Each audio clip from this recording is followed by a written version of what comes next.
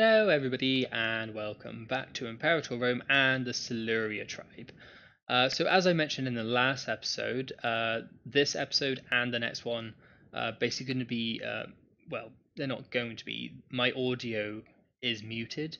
My microphone is definitely on, contrary to what my tweet said. I only just found that out, so I have no idea why I didn't record my audio, but technology, computers, these things happen. So what we're going to do for this one, last one, and the next episode is I'm just going to speak over it and try and explain what I'm doing, what I'm thinking, and maybe point out a few things I didn't notice whilst playing it the first time. There may be a few cuts. So last episode it was just me speaking basically all the way through it. I might be the same or a similar thing, or if it gets a bit dull or if it gets a bit quiet, there's not a lot to talk about.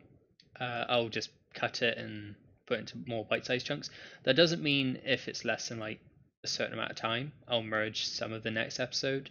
It is going to keep to this episode just because this is already recorded. I'm literally recording. Oh, literally, my face is like right here on the previous recording as well. So I'm literally recording over. I'm recording myself watching a recording essentially. So let's go ahead and get started then, just so that we can get the game going. So in the last episode we were looking at a few things, like we were wanting to go toward these guys, the Dubunya, yeah. Or there's the people just to our north in the top left of Wales over there. And you may have noticed, as I'm pointing out now, that our manpower has skyrocketed. So at the end of the last episode, we had a pop-up. And this basically, we had the option, I can't remember what it was now. But one option was military is the way forward, the other one was something about speaking. I don't think I even looked at what the option for speaking gave. The military one gave us something like 7,000 manpower on the spot. That is how we got to that high. And apparently I clicked the button off screen. Apologies for that. So that is how we got to just under 12,000 manpower. Now, it does say the maximum is 10,000. At first I thought it was a case of you can go over it, but you will not replenish above it. So, which to me made sense. If you had like 10,000 people join your empire willing to fight, but you could only, for some reason, house like 5,000, it makes sense you have the full 10,000 and rather than scrapping the other 5. Unfortunately, that's only like that because we're paused. Yeah, so here we just wanted to go to war right away. So it's only like that because we're paused right now. Sad times. As soon as we unpause, there we go. It drops right back down to 10,000. So that's a bit of a shame, but it's understandable. So, in the meantime, I think we're just looking at our armies, checking them out, getting ready. I can't remember what time or date it said we had to wait for till we can declare war. So what I'll do is, here we're just reviewing our plans to attack these two guys, especially because we now have to wait for the truce to expire if we wanted our fourth ally to come in. We are thinking about going to war with those two smaller empires, but even though we're up to maximum manpower again, it's still a bit like, well, if we go to war with them, yes, we'll probably have to crush them and unify Wales. However, it would probably take a significant amount of our forces and manpower to do this. So I think we decided against actually attacking them just because it could go horribly wrong, basically. So I'll tell you what though, I don't know how long, I can't remember how long this went on for, waiting, because I can't remember the date the truce expires. So I'm going to go ahead and skip ahead so you guys don't have to sit in agony as we wait and just keep on reviewing the same thing. So I will see you in a couple of seconds. And welcome back. So as you can see, we had a call to arms. Yeah, we did accept it because they're our ally. We didn't want to lose them. Unfortunately, as much as we would love to help, we can't because we have no access over there. And here I got a little bit confused because it doesn't look like there's 2 stacks, but there are. Normally there's like the little 2 to the, well, the left of the stack of units. Just say, yeah, there's 2 stacks here, not 1. But to me that just looked like a single stack of 6k. But yeah, so we're currently at war with like a few people up there. We can't get there. Like, even if we really wanted to, just because we have no military access to get there. Here we had another event, centralization efforts. I didn't really read too much into it. I was just like, you know, centralization sounds good. It's got a green thing, so I was like, yeah, why not? So we are still just kind of chilling out, improving our army, like getting the experience up, and I'm pretty sure. Yeah, so we start building up our armies again, just reinforcing them just a scooch. Oh, there's the 2. We are reinforcing them just a little scooch, just making them a bit more powerful. And again, my mere presence is increasing our stability. I am such a stable person. Anyway, so now with the, I did eventually figure out as well that if they got a red banner, your units within a military have a red banner, it means we directly control them. Or we control that army. Or the nation controls that army, rather. However, if it's a blue banner, that means we don't control it directly. Our clan leader does. We can give them orders, but we cannot reinforce, we cannot merge, or split, or do anything like that. Which was a bit confusing to begin with, but now it kind of makes sense. This is the whole thing where CK2 again, you can have your own retinues, which is what the blue banner guys are. You can have your own retinues. Oh, here we go. Oh, rip. She's dying again. So here we are. We're going to war. To war. We're trying to figure out what the war goal should be. Don't think it really matters. I suppose what we could have done in future, and something to bear in mind, is like go for the easiest war goal. Because you can take as much territory as you want. It's not like... I'm going to keep doing this, by the way. I'm going to keep comparing it to CK2. But it isn't like CK2 where you have to say, here are all the war goals I'm going to be pressing. I may have taken all of your country and conquered it, but I can only take this teeny tiny little portion. It's not like that. You can set a war goal, like take Dubunya, and you can claim all the territory you want if you have conquered it or captured it. Yeah, let's go to war. It's basically like the EU4 version of war, right? You can go to war over one casus belli. However, when it comes to peace talks, you can demand more stuff. So, but yeah, we'll come to peace talks later on in the game. And I think we've already actually discussed it, because we already had one war in the game. But I got a little bit salty over the fact that, well, did I? I don't think I actually noticed. Either way, you'll see, there'll be salt. There's always salt involved when it comes to me. So we have declared war. We are now in a state of war with Dubunya, and we dragged all our allies in. Well, all except I think one. I think they were like, nah, mate. Can't remember. So yeah, as you can see, we're at war with the guy to the top, right there, bellicose stance. Oh, do you have to like keep an eye out for that? Is it like stances? I'm not sure. So here comes a massive invasion. Well, not invasion, but a big fight. It didn't look too big to begin with, and I didn't actually notice that 5k stack right there. They just kind of snuck in under the radar a little bit. But we were doing fine. But I was like, alright, we'll just dump everybody in there just to make sure we lose as few people as possible. We'll be fine. And here's the whole tactics thing that I didn't realise. So they're using bottleneck. I had no idea how to figure that out. And that's when it got me thinking, oh, I forgot to set all this. Still hadn't realised it tells you the optimal thing, and you can't change it. So that's the thing. Rip. But yeah. So now I suddenly realise, oh crap, there's a massive battle. It has actually turned into a huge battle. However, yeah, we're trying to optimize everything, just saying, pick the one you have said is the best for that army, go in there. I don't know if it's like stacks, or as one army is defeated, the next one comes in, like it did there. Because we retreated that one shock army out, and the one came in with the skirmish tactic, yeah.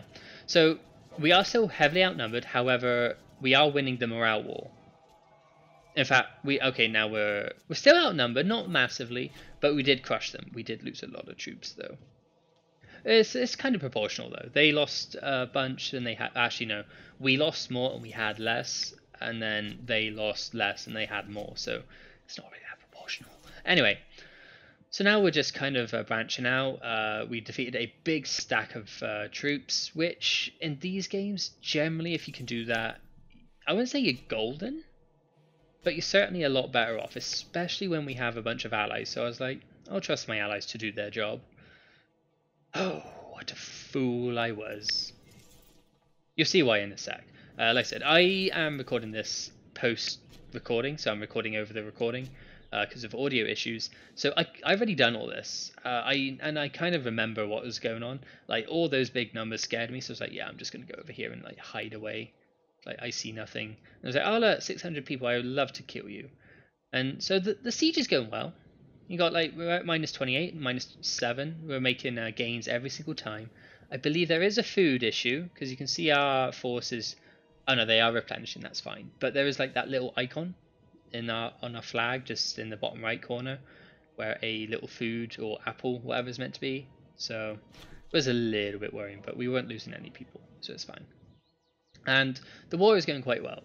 Now, these two are at it again. They're having another squabble, having another spat. And they're like, I want a duel. And we're like, well, should we allow it? I mean, we're kind of at a war, guys. Go fight them. But I was like, well, I don't want to take the third option, you know, the just, equal, fair option. I want to do the one that's best. So, anyway, here is where I get bit salty again. We're at 42%. Each time we've been going up and up and up in our siege, and it's like normally when it gets to 42, it takes like 1, maybe 2 ticks, maybe 3 to end the siege. However, wasn't the case here. Nope. They have a massive army. In fact, it more or less matches ours. We are slightly bigger. Like, is it 1,000? It's 900 bigger. And yeah, so we're currently saying, yeah, I've then realized, oh wait, it actually tells you your effectiveness. Let's go through all of them and double check. So, and then I basically pretty much set them all to skirmish, because that's what they're optimal for.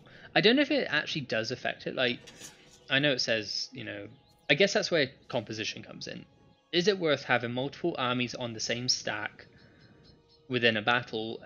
Here's why I'm salty, by the way. 14k, that was really scaring me. I bet you we would have won that last one. Yeah. So here we have the advantage, because they chose a poor tactic against ours, but still wasn't enough. They kept reinforcing. I was like, yeah, time to GTFO. But yeah, like I was lucky, I guess. Like, I didn't know how to guess what tactic it was. I suppose you can kind of learn the compositions, and the AI will probably go with what's best or most optimal. Like when we were going through all of ours, saying you use skirmish because it says you're 87% effective with your composition. Maybe the AI do something similar, so you just have to learn without the computer telling you what is good for that army. That might just be the case, to be honest. Yeah, so here we can get money or we can get stability. I think, yeah, we want stability, just because stability is always nice. Although maybe money would have been good as well, because then we could have hired mercenaries. But yeah, so it did look really, really bad because, you know, our army got not stack wiped, but we did get a massive penalty. And speaking of mercenaries, I was like, ooh, that's a point. Like, I didn't know where these massive armies came from. Like, we wiped out a bunch of them at the beginning of this war, and they still have, like, you know, on the right they had like 14k, they have a 2.8k, 3.8k, 1.5k stack armies. It's like, where did they get all this?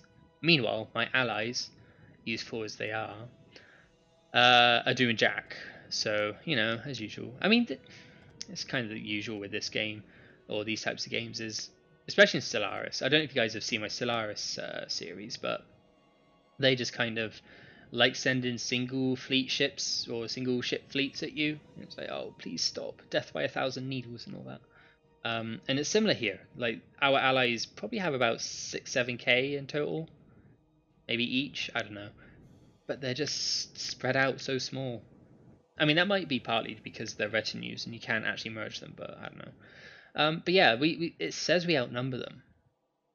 I mean, I guess most of that is actually me. I did forget to take that into account. But anyway, so there's our army. It's nicely recovering. We're like, yeah, we're just gonna chill back here a bit. And I finally decide, yes, I am gonna recruit people. And I think I eventually went with the smaller army just to save a little bit of cash to begin with. Even though she's got like double the martial skill, I was like, well, I can't afford you because you're nearly double the money as well. In terms of cash, so yeah, we went with that. This is another thing that confused me and actually does annoy me massively. Like,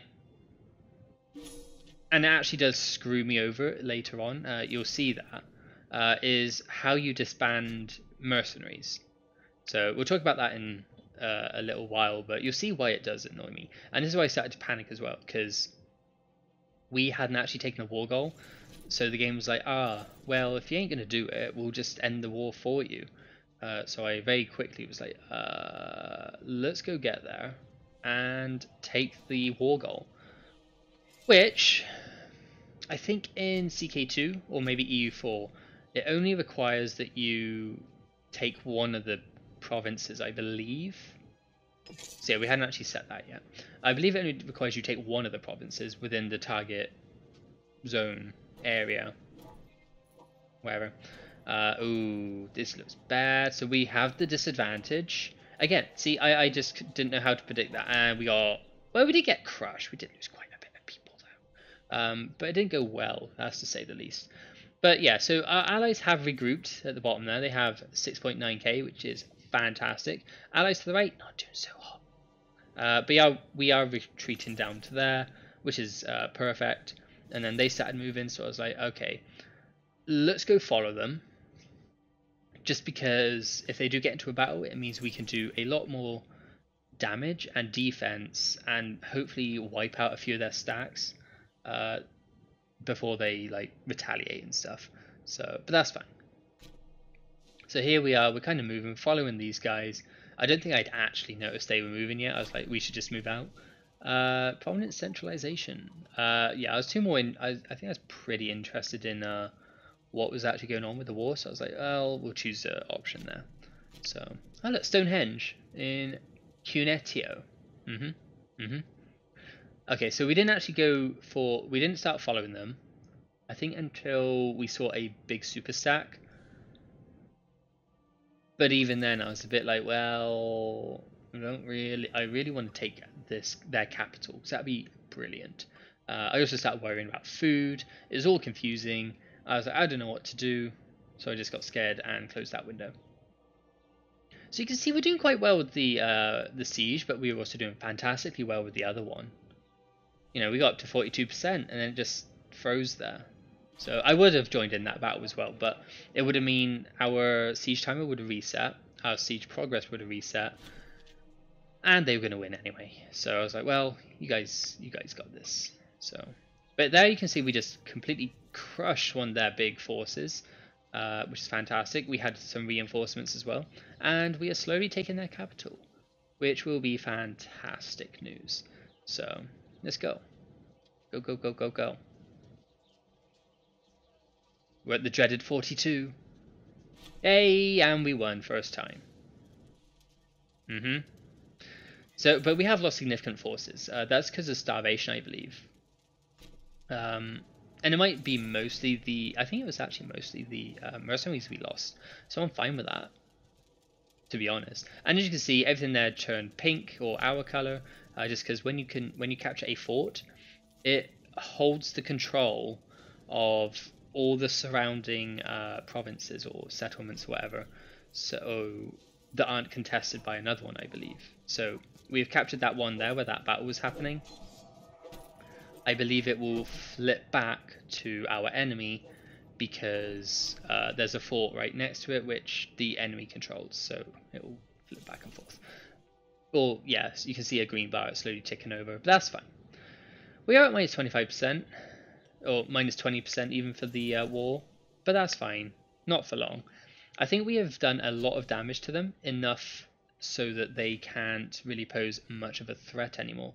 And I was starting to clue on to why these things keep resetting, and eventually I did figure out there's a fort there, eventually. But yeah, so here we're just trying to chase down that big 7k stack. We do catch them. It's fairly even battles. It's like there is no bonuses or disadvantages to either of us, so it's basically a numbers game at that point, and we crushed them because we had our allies join in the battle as well. So it's going quite well. We then started to turn our attention back to that dreaded siege in the north, which definitely should have won the first time. Anyway, and again, my mere presence, stability all around, which is fantastic. And I am dying of thirst, so you guys don't know what I'm drinking. Ah, lovely. Did not see that at all. So, what do we do? Probably manpower, right? Because we're in a war. Eventually I do have I already done it? May have. But eventually I do consider changing it to reducing the war exhaustion faster. Again, I don't think I really cared here. It was like a little bit extra morale. Oh. Yeah, I suddenly realised it's a bit extra morale, but one of them we get a bit more loyalty. She may become a bit ambitious though, so, but it's fine, because I don't really care about them. I don't care about the leader, the tribal leader, so... Anyway. We finally won that stupid siege, and now those guys are being dicks and unsieging everything, so we're just going to chase them down, but that one de-sieged itself anyway, and the other one's going to re-siege itself as well. Good times. So anyway, and I think it's around here that I start to clue on to, hang on a minute, there's a fort right there, it keeps re-sieging everything. Okay, maybe not yet. We will in just a sec. Here I was like, we'll hold this province and it might take over the war score. Spoiler alert, it doesn't. We did have to go and capture the... it actually went down. That's funny. I wasn't actually looking at the number, I was looking at the reason to see if anything popped out to me.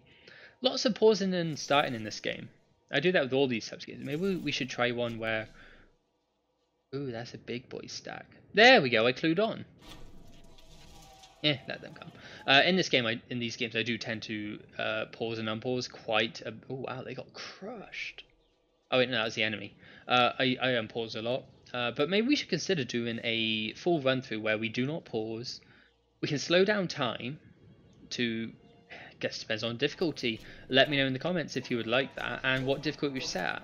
Or maybe I'll do another video like a vlog type thing, and we can decide there, or maybe a stream. Maybe a Twitch stream, see what you guys think in that. I don't know, but I think that'd be quite cool. Saying you can't go below 3 times speed in Stellaris, because I know that game like the back of my hand. You can't go below 3 times speed. You're not allowed to pause. Good luck. What could go wrong? So here we got a new tradition. It is 100. I didn't realize this, but it's 100 military stuffs, and we got that one, which morale. Maybe morale, light infantry morale or something. I don't know. Unfortunately, that does I wouldn't say screws me over a little bit. It does bite me in the bum, shall we say, later on, but not too heavily. So we got to lose loyalty from Catcher, but it's fine. Oh wait, no, we died. Rip. So he's our ruler now, and this is what I'm saying. I never built a connection to him. I didn't build a connection to the previous ruler in this game. I just didn't care. In fact, well, to be honest, the thing that made me care and feel sad was our stability dropped. That's pretty much it.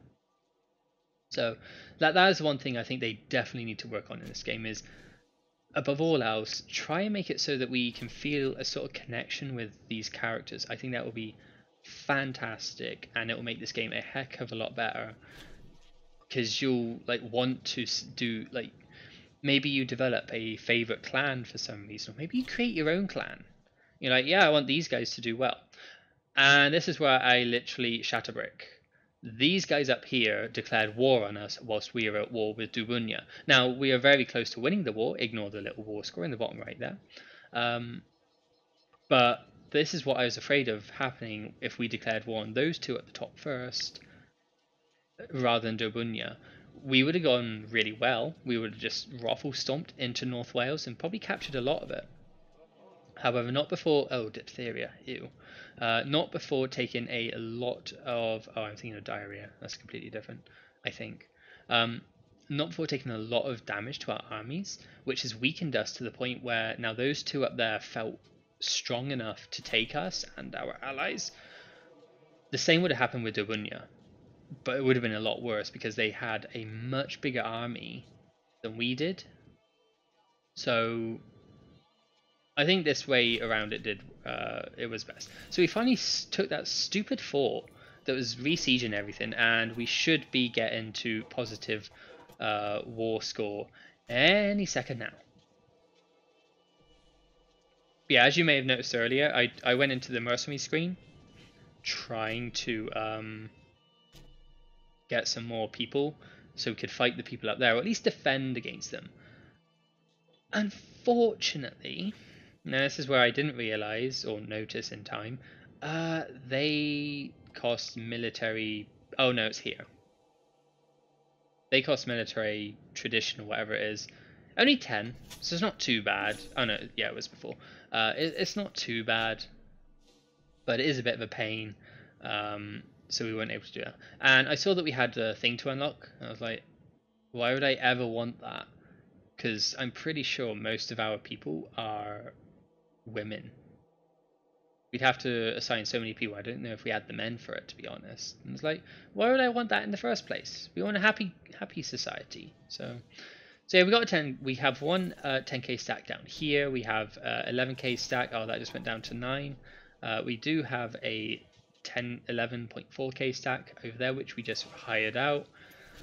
So we're going to leave that 2k there, just because they don't have a lot of troops down in the south anymore. So there's not a lot to fight against. And it's very obvious we are now going to win. We are literally just mopping up territory at this point. There isn't a lot to worry about. It's all good stuff. And you can see I have a stack of units of 0 strength right there. There's a bug.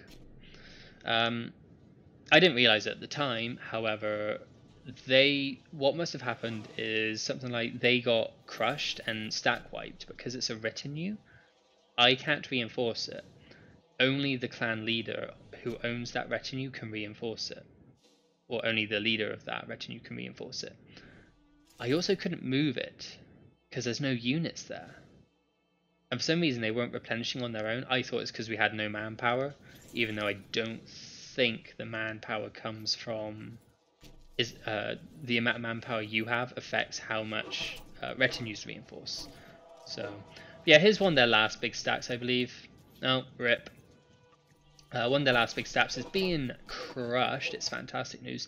Unfortunately, I did send that big 12k stack up here. I didn't realise we lost. There's so much going on. And it's at a glance, it's hard to tell if it's a win or a lose. Right? It's kind of like, it's all the same colour. I can't remember if some of... I think CK2 and EU4, there's very subtle changes to the colours. So you can instantly see, oh, this is defeat, so then you can go, where was I defeated? But anyway, we're going to go for peace, just because it's like, well, we're kind of, if we didn't lose that army, I would have been fine with just going, yeah, we'll keep on going war, we'll take everything. So here we're just kind of muddling through. We want a bunch of territory, we want to grow, you know, get a decent amount from this war, because we did start it and we did want to get a bunch of stuff. And I don't think it's here where I start to get salty about the whole peace thing. I think it's the next one. However, I was trying to get as much territory and just give a bit to my friends. You know, they helped. They were good people. They're good guys. So I was checking. Okay, is all of this going to me? Because in EU4, when you get peace treaty, when you do the peace treaty thing, there's like kind of like that, and that. next to the little ally icons, and that just means whether your allies are happy with it. But we don't have that, so I'm guessing they don't actually care. So then I thought, well, they may not actually care, but what I'm going to do is I'm going to go give them the territory anyway. So I did try to give a bit to purple because they did help quite a bit. They did take a beating. Unfortunately, couldn't. It would involve me because our allies up there being ruffle stomped, and I didn't really want to leave them up there because they're going to lose, and I wanted to get our armies back up there, which would have meant leaving the Bunya and stuff. So, but here I'm just trying to get as much bang for our buck as possible. I think in the end I do kind of be like, you know what, we can hold off a little bit more just so we can get scooch a bit more land. We're not that far off. As you can see, I am quite worried about that army up there, heavily debating, but then I realized we might get a bit more war score from winning this battle. So we did that. I think we might go around and maybe stomp that 4k stack again, just get as much war score as we can, as much bargaining chips, and maybe our allies take a bit of territory, a bit more territory as well. So I mean, as you can see, we could demand certain pieces of territory like those next to purple. However, it would go to us. Oh look, we have a 9k stat. They came back. Fortunately, oh yeah, I forgot to set that, didn't I? Fortunately, that 5-6k stack is split up, it seems. But yeah, I don't know if I noticed up there. Yeah, I think we are going to go for peace because that bit of territory up there is about to be reclaimed. So we're like, yeah, we'll grab that. We'll do all this, grab as much as we can. We still have some war score available, as you can see. They're happy with that. I didn't want that because, I mean, eventually I will. But right now I didn't want it. I was just trying to give a bit to purple. And they're all happy. Although I was like, well, can we squeeze a little bit more out for our ally? Oh wait, no, I was just like, you know what, screw it. So this will make us a regional power. Yeah, so here I was trying to go for a peace with them. They were like, nah, mate. Not even a white peace. So I was a bit hesitant about the whole regional power thing, but in the end it turned out to be fine.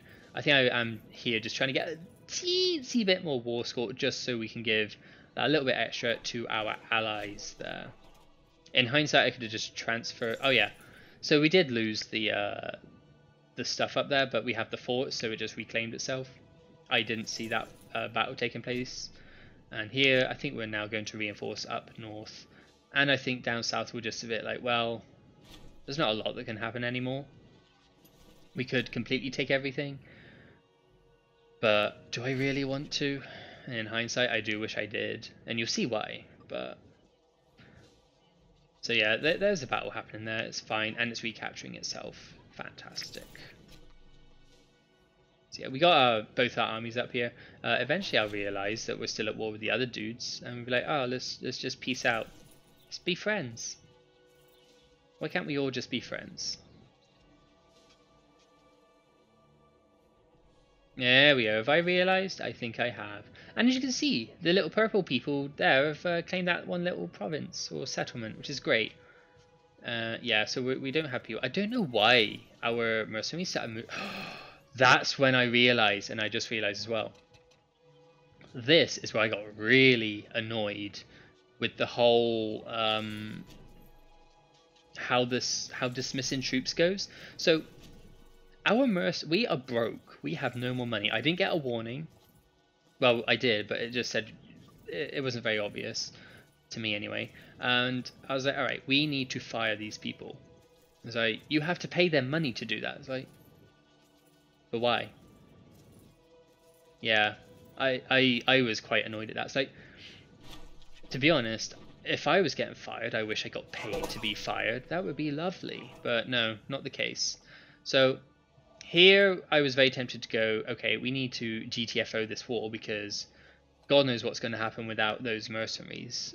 In CK2, the mercenaries, if you run out of money, they can flip on you and join your enemy, I think for free, or at least a very reduced rate because they just want revenge because you didn't pay them. You know, which is really annoying. So here we're just claiming all this territory, which is fantastic. We gave a little bit of territory to the purples, whose names I can't remember. And we were like, you know what, yellow, you can have all the territory you wanted, and I will grab that little bit up there. Did I grab all of it in the end? No. No, I did not. So I did want to give a little bit to our friends, just so that they didn't super hate us. I don't know if that's the thing in this game. But I was like, I'll give a little bit to our friends. I'm not too fussed about getting everything right away. And I was like, alright, can we... I really want Stonehenge, but if it means we can get a little bit more, that will be fine. And then this just started confusing me. It's like, well, I want Deva. Deva? Why can't I just have Deva? So this was just confusing me at this point. It's like I don't understand why. So, and I was like, okay, can we get rid of something else? I was like, we could do that, but then can't give anything to our allies. But I don't know if they actually. Oh, no, I was a dick anyway. Yeah, I was a massive dick. So yeah, we did take everything. I forgot about that. Oops. Ah well. So yeah, we now have to decide what to do with Cornovia, which we essentially wiped from the map. We completely annexed them. So we have to decide what to do with their elite families. And so let's have a quick read. You know, if I stop. Wait. Yep. There we go. Wait. Yep. Wait. No, there we go. After a protracted conquest, we have finally routed the Cornovian armies and they wasted their lands. During the sacking of the capital, many important prisoners were taken. Many of them previously held important positions in the Cornovian clan council. They now languish in our dungeons, awaiting whatever fate we decide to impose on them. And I did choose... We'll decide the outcomes of the great families. So we get to choose whether we save any of them, save all of them, or just have the rest crucified. Very nasty way to go. So we're just looking through who's who, and in the end I think we went with Iacus Oconus, because he seemed like the most powerful. Which you wouldn't think is a good thing to get, but I was like, well, if we can get more people, great. We'll just crucify the rest though, because I only wanted the one. Just to get a bit more clans. I don't know if that's what you meant to do in this game. Again, comments. Do we want to get more clans? Should we just start with the original 3 we had? Don't know. And then it's just informing us that we've become a regional power of Britannia, which is fantastic. To me, though, Britannia is the whole British Isles, so Scotland, Ireland, England, Wales. Oh yeah, Ireland's part of Northern Ireland's part of Ireland technically. Well, part of the UK, but it's all the British Isles. So yeah. That's what I thought Britannia is. But no, Britannia is literally England and Wales. So yeah, we're just going through at this point. As you can see, we get a few bonuses. We also get a few disadvantages. It's easier for us to fall into civil war and rebellion. But I think the benefits weigh out the negatives. And here I was like, well, that's a lot of armies, especially because our that is our what do you call it? Mercenaries were fighting right there. They flipped on us whilst they were running away, but they hadn't left the tile. So they came and fought us, unfortunately. So here I was kind of panicking. And to be honest, I'm not sure if it would have gone well. I really don't think it would have gone well. But what would have happened... Like, so there's one thing I mentioned mentioned this episode, I think, saying that that needs to be looked at. I've already forgotten what that is. Oops. Can't remember. Not for the life of me. It will come to me probably after I stop the episode and they're like, oh yeah. But the other thing is the mercenaries, you have to pay to have them disband. It's like, why can't I just pay the money up front as a retainer? Like, what you do, especially in CK2, you pay them up front and you can fire them whenever you want. If you want to hire them again, if it's an accident, tough luck. You gotta pay them all over again. Ow! I need to stop doing that. Sorry, guys. So I don't understand why you have to pay them when you want to fire them, because it also bites us in the ass at the end of this war. But anyway, so here I'm just kind of deciding we should probably go to peace because we can't fight that many troops. We are weakened. We have 50 manpower. Our allies are weakened. I don't think we can win this war. So we'll try and cut and run. Oh, I think this is the part I mentioned that definitely needs to be looked at. Maybe not. Or maybe it's in the next episode. I don't know. Anyway, thank you guys so much for watching. I do hope you enjoyed. Again, sorry for the black screen. Let's just go back to a... There we go. Like I said, this is the first time I've done these sorts of recording overs, and it's not exactly like I have to look actively around to try and find our place. There's no like little bar that tells me how far along we are, and because I can't hear or remember how things end, that's why it suddenly cuts to black. So I do apologize. But let me know what you think in the comments. Do you like this format? Do you like me talking, describing what's happening in the scenes in the game? Or do you prefer it when I am live commenting, essentially, as we play the game, like pretty much every other game I've done so far on this channel? Let me know in the comments. If you haven't already, please consider subscribing to my channel. I really appreciate all the support you guys can give me. And if you did like this video, despite all its particularities, shall we say, give it a like, give it a share, all that good stuff. But I will see you next time, and next time should be the last episode where I am voicing over like this. So I will see you then.